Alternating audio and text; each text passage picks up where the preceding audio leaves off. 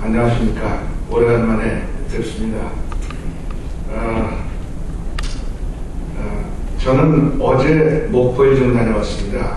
목포의 목포대학의 학군단 사관생도 함께 특강을 좀 해달라고 해서 갔더니 그 목포대학은 규모가 크지 않더라고요. 전체 학생이 한 8,000명 되는데 사관생도 숫자는 한 50여 명 되고 거기에 일반 학생들도 뭐 한 40, 50명에서 거의 한 100명 이렇게 자리에서 지금 뭐 우리나라 형편을 얘기하고 왔습니다.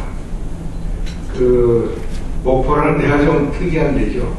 특이한 데서 좀 사실은 조금 마음속으로 진장의 끈을 풀지 못한 상태로 아이들하고 한 2시간 대화를 했는데 끝나고 나서 소감은 괜찮았다 이런 소감이었습니다. 제 강의가 끝났는데 질문이 한 서너 개 나왔는데 아주 질문이 좋았습니다. 질문이 좋았고 그 아이들 반응도 괜찮고 그래서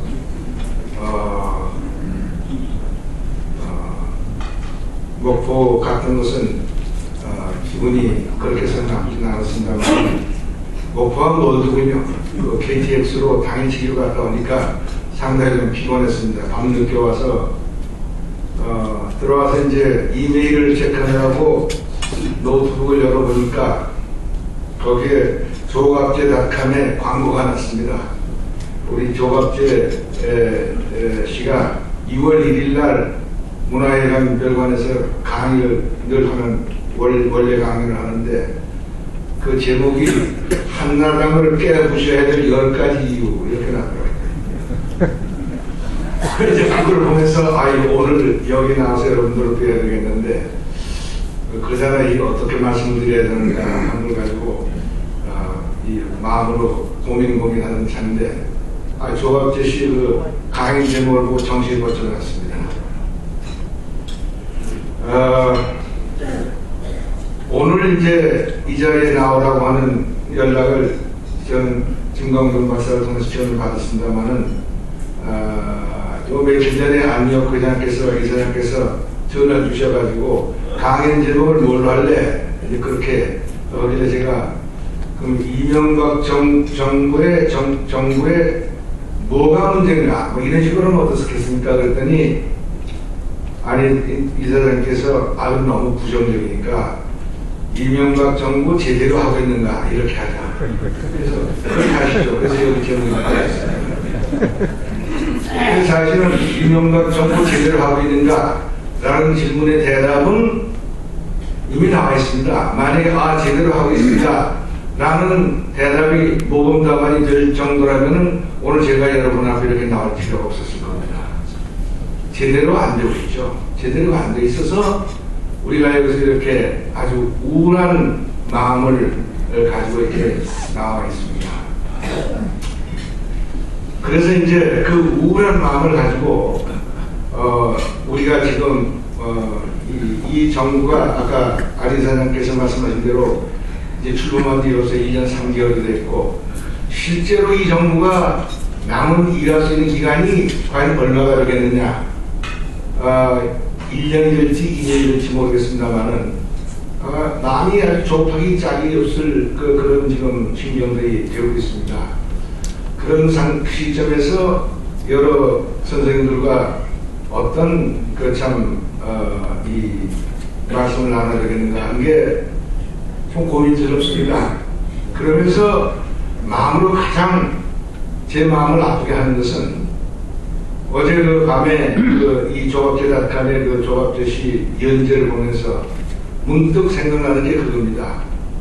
저도 이제 늙었습니다. 여기 저보다 선배님들이 참 많이 계시지만은 저도 나이가 지금 만으로 72입니다. 72이면은 옛날 고래 2에 해당되는 나이죠. 그런 나이에 지금 이명박 정부 제대로 되고 있는가, 하고 있는가, 무엇이 문제인가, 이런 걸 가지고 한나라당 정권을 깨부셔야 될 10가지 이유라는 제목에서 그 참 뭔가 참 충동을 받는 그런 그 지경에 이른 것이 이게 참 정상적인가 하는 그런 상념을 느끼지 않을 수가 없습니다. 그래서 오늘 여러분들 모시고 제가 어떻게 말을 좀 풀어나갈까 하다가 이렇게 생각을 했습니다. 조금 지나간 얘기를 먼저 가지고 좀 말씀을 드리고 제 말을 좀 더 이어가야겠다 하는 생각이 들었습니다. 그건 이런 겁니다. 작년 2월 25일 날 이명박 정부가 출범했습니다. 대통령께서 취임을 했죠. 그러고 나서 며칠 있다가 제가 좀 연락을 받았습니다. 3월 29일, 30일 이틀 동안 2급 이상 중앙정부 공무원 전원을 대상으로 이명박 정부의 국정철학 워크숍을 한다. 그 숫자가 1,500여 명이 되는데 그 5클래스를 나눠서 하는데 그 3월 29, 30일 날 이틀에 거쳐서 3월 29일 날 2번, 3월 30일 날 3번으로 하는데 몇 번은 수원에서 하고 몇 번은 이제 과천에서 하고 그러는데 거기에 특강을 좀 해달라. 그 특강이 뭐냐? 이명박 정부의 국정과제를 가지고 특강을 해달라. 이런 요청을 받았습니다. 제가 사양을 했습니다. 왜냐하면 이명박 정부의 국정과제를 얘기할 위치도 자격도 제가 아닙니다. 없습니다. 뭐 사실 선거 기간 중에 이 정권 교체를 일으키려고 하는 데는 여기 계신 여러 선생님들을 포함해서 우리가 일비 지역을 했지요. 그러나 그것은 정권 교체를 위해서 한 것이지 제가 이명박 이 후보의 편판에 들어가서 일을 한 일이 없기 때문에 어떻게 국정과제를 내가 얘기하겠냐 그랬더니 꼭 해달라고 신신 부탁을 해서 생각을 해보니까 차제에 한번 나가서 내 나름대로 주문을 좀 해보는 것이 뜻이 없지 않겠다. 그래서 수락을 하고 5탕을 줬습니다. 한 탕에 1시간 반씩 5탕을 이틀 동안 하니까 그것도 쉬운 일이 아니더라고요. 그걸 했습니다. 그때 이제 제가 어떤 얘기를 했느냐는 것을 오늘 좀 말씀을 드리겠습니다. 제가 이런 취지로 그 1시간 반 동안 얘기한 것을 다 되뇌지는 않겠습니다. 취지는 이랬습니다. 제가 이렇게 얘기했습니다.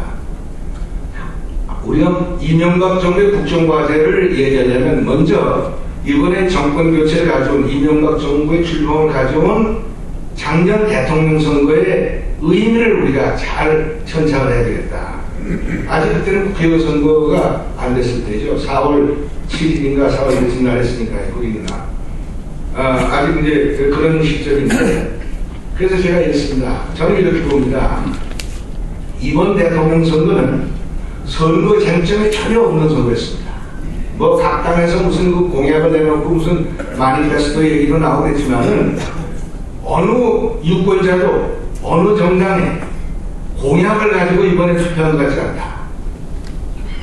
이번 선거에 유일한 이슈가 있었다면 BBK 하나뿐이었다. 그 BBK는 뭐냐?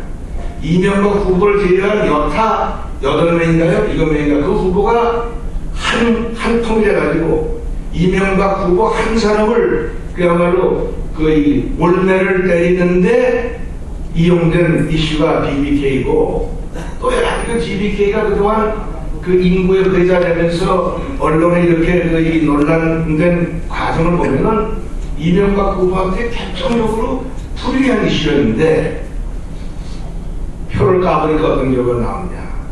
1150만 명이 이명박 후보한테 표를 몰아줬고 그 상대편 후보인 정동영 후보는 620만 표를 얻는데 그쳐서 530만 표라고 하는 공정에 우리나라 직선제 대통령선거가 선거사상 초유의 엄청난 표차로 이명박 후보를 당선시켰다.